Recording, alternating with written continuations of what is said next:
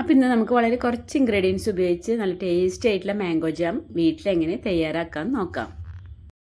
നമ്മൾ പ്രിസർവേറ്റീവ്സ് ഒന്നും ചേർക്കാത്തതുകൊണ്ട് തന്നെ ഫ്രിഡ്ജിൽ സ്റ്റോർ ചെയ്യണം കേട്ടോ. അപ്പോൾ ജാം ഉണ്ടാക്കാൻ വേണ്ടി ഞാനിവിടെ നന്നായി പഴുത്ത നല്ല മധുരമുള്ള മാങ്ങ 4 എണ്ണമാണ് എടുത്തിട്ടുള്ളത്. നാരില്ലാത്ത മാങ്ങ എടുക്കാൻ ശ്രദ്ധിക്കണം കേട്ടോ. മാങ്ങ മുറിച്ച് അതിൻ്റെ കഷ്ണങ്ങൾ മിക്സിയുടെ ജാറിലൊന്ന് അരച്ചെടുത്തിട്ടുള്ളതാണ്. ഇനി അതിലേക്ക് നമുക്ക് മധുരത്തിന് ആവശ്യമുള്ള പഞ്ചസാര ചേർത്ത് കൊടുക്കാം. ഇത് 3 കപ്പ് പൾപ്പാണ് ഉള്ളത്. അപ്പോൾ 1 കപ്പ് പൾപ്പിന് 1/4 കപ്പ് പഞ്ചസാര എന്നുള്ള കണക്കിന് 3/4 കപ്പ് പഞ്ചസാരയാണ് ഞാൻ ഇതിലേക്ക് ചേർത്തിട്ടുള്ളത്. ഇനി നമുക്കിതൊരു മീഡിയം ഫ്ലെയിമിൽ വെച്ചൊന്ന് വറ്റിച്ചെടുക്കണം. ഇനി വറ്റി വരുന്ന സമയത്ത് നമുക്കതിലേക്ക് പകുതി നാരങ്ങയുടെ ജ്യൂസ് ചേർത്ത് കൊടുക്കാം. വറ്റി വരുന്ന സമയത്ത് അത് തെറിക്കാൻ ചാൻസ് ഉണ്ട്. അപ്പോൾ അതുകൊണ്ട് കയ്യിലേക്ക് തെറിക്കുന്നത് ശ്രദ്ധിക്കണം കേട്ടോ.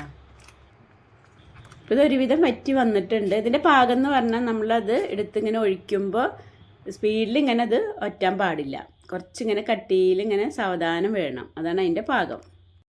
അപ്പോൾ അതിൻ്റെ കട്ടിയൊക്കെ നല്ല പാകമായിട്ടുണ്ട്. ഇനി നമുക്ക് ഫ്ലെയിം ഓഫ് ചെയ്യാം. ഇപ്പോൾ നമ്മുടെ ജാം ചൂടാറിയിട്ടുണ്ട്. അപ്പോൾ നല്ല പാകത്തിനുള്ള കട്ടിയായി കിട്ടിയിട്ടുണ്ട്.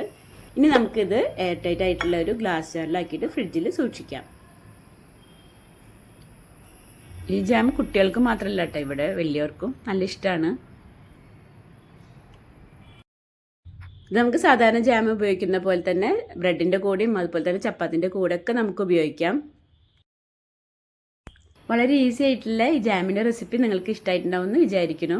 അപ്പോൾ എന്തായാലും മാംഗോ സീസൺ കഴിയാനായി തുടങ്ങി. അപ്പോൾ നിങ്ങൾക്ക് ഇഷ്ടമായിട്ടുണ്ടെങ്കിൽ ഒന്ന് ഉണ്ടാക്കി നോക്കി അഭിപ്രായം കമൻറ്റ് ചെയ്യണേ. റസിയാസ് കിച്ചൻ ചാനൽ ആദ്യമായിട്ട് കാണുന്നവരാണെങ്കിൽ ഒന്ന് സബ്സ്ക്രൈബ് ചെയ്ത് സപ്പോർട്ട് ചെയ്യണേ. അപ്പോൾ ഇനി മറ്റൊരു വീഡിയോ ആയിട്ട് വരാം. Thank you.